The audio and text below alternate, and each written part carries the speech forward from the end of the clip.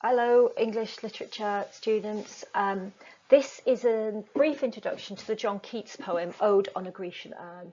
It's not a poem we're studying for the exam, but it's a poem you need to know a little bit about and understand in order to understand the Turnbull poem, Ode on a Grayson Perry Urn. Okay, so first thing we're going to do is listen to the poem being read. There's also a copy of the poem on Teams that you can look at.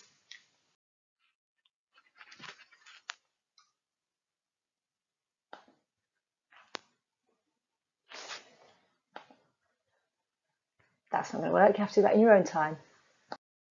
Okay, so I'm going to tell you about it. John Keats is one of the greatest English lyric poets.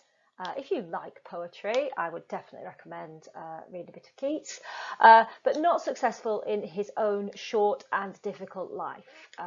Keats suffered a great deal. He is part of the Romantic movement, the second generation, sometimes called. He was younger than Wordsworth and Coleridge, though they were both alive. And he was inspired by beauty and the power of the imagination. Those were the things he was really interested in. In 1819, he saw and read about classical Greek vases recently discovered and on display in Britain.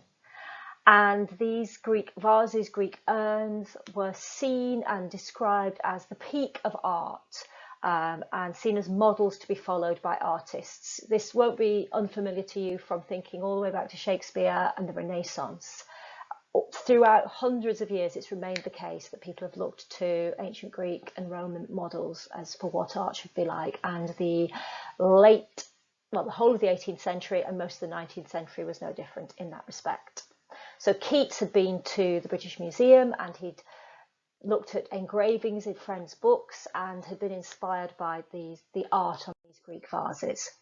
So here are two examples of Greek urns that we know Keats saw, and in fact the sketch vase is of a vase called the Sosibios vase, and that's actually Keats's own tracing from a book of engravings that a friend of his had shown him.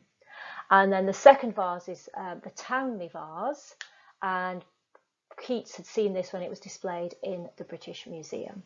So if you look at those vases, those urns, they'll help you understand Keats's poem, but also to understand what's going on in John Turnbull when he's looking at the Grayson Perry Urn, because they have depictions of figures and sort of almost narrative events on them. So I'm going to just quickly explain very, very roughly what's in each stanza of Keats's ode, because these are also followed quite closely by Turnbull in his ode. So the first stanza, there's lots of questions, because the idea is the speaker of the poem is trying to understand the vase, trying to understand the narrative. So there's a series of questions trying to understand the meaning of images from a culture so far removed from our own. Keats is well aware these vases are 2,000 years old. And also he does talk about the silence of the urn. So the urn speaks to his imagination, but of course everything on it is completely silent. In stanza 2, he describes a particular scene on the urn. The figures that he focuses on is a young man playing a pipe beneath a tree, and there's also a pair of lovers, a young man reaching for a beautiful young girl.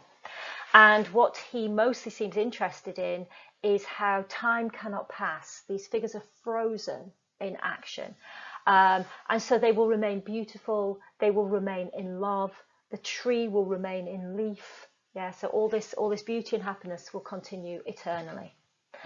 In stanza 3, we're still looking at this scene, but Keats sort of focuses a bit more perhaps that we have this sensuous description of happy love. There's words like panting, which in the early 19th century is, Keats did sometimes get some stick for being a bit too sensuous. So you may not think it is, but you have to believe me when I say it is. And he contrasts the happy state of unchanging art, he uses the word happy very many times, with the sorrows of the changing world. In the real world, the song will end, the leaves will fall off the tree, and also quite sadly. He says he seems to feel that love will always and only bring pain. That the young man is always chasing the girl. He never gets to kiss her, but Keats seems to suggest that's better than actually having love and then losing it and having your heart broken. Stanza 4 describes a different scene on the vase. It's the scene of a religious procession. There's a priest leading a heifer to a sacrifice. So this stanza has a slightly darker tone. Because there's such a long procession of people behind the heifer, Keats's imagination imagines the town they've all come from, which will now be empty forever.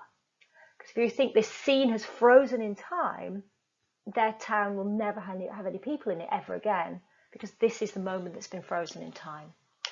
And then the final stanza is the sort of, the conclusion and his philosophical overview of things. And he contrasts the eternal beauty of art with the always changing but always woeful state of life. So he says the vase will remain the same, and in hundreds of years of time, when Keats is dead, all his friends are dead, and all his sorrows are over, new people will come and look at the vase. They'll still be leading sorrowful lives, because that's basically the human lot. But he suggests that art offers consolation.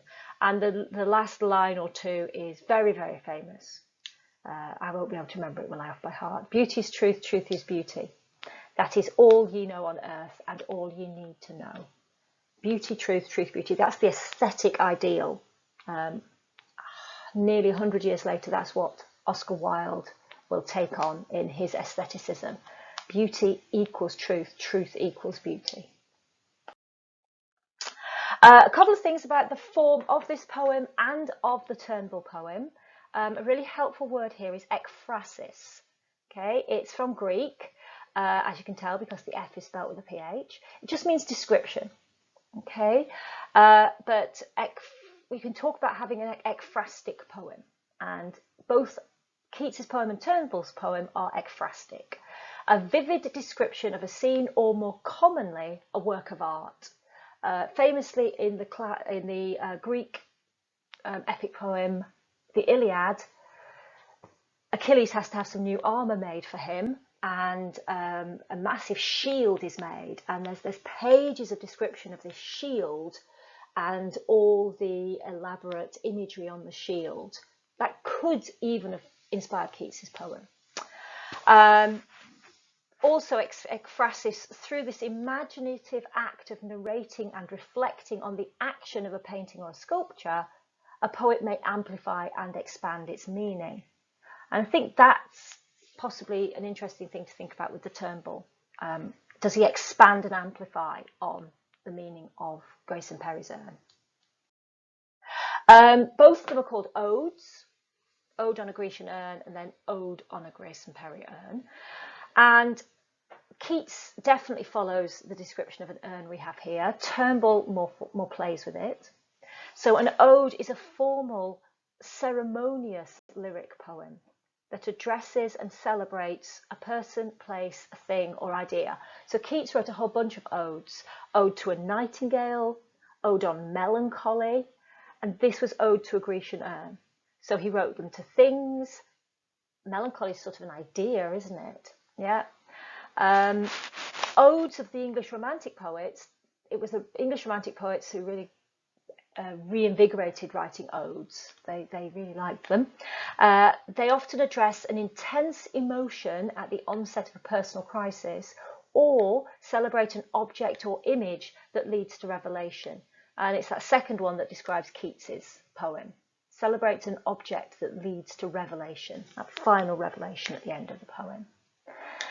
And an ode often uses apostrophe. Now, I know we use the word apostrophe to describe a punctuation mark, but in poetry, to do this, to apostrophize, it's a figure of speech. And it's when a poet addresses an absent person, an abstract idea or thing. They can apostrophize a beloved, the muse, God, love, or any other entity. But the most important thing is something that can't respond in reality. You apostrophize something when it's distant.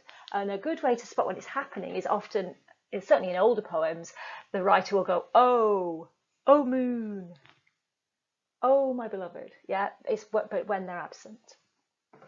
Okay, that's everything you need to know about Keats' Ode on a Grecian Urn.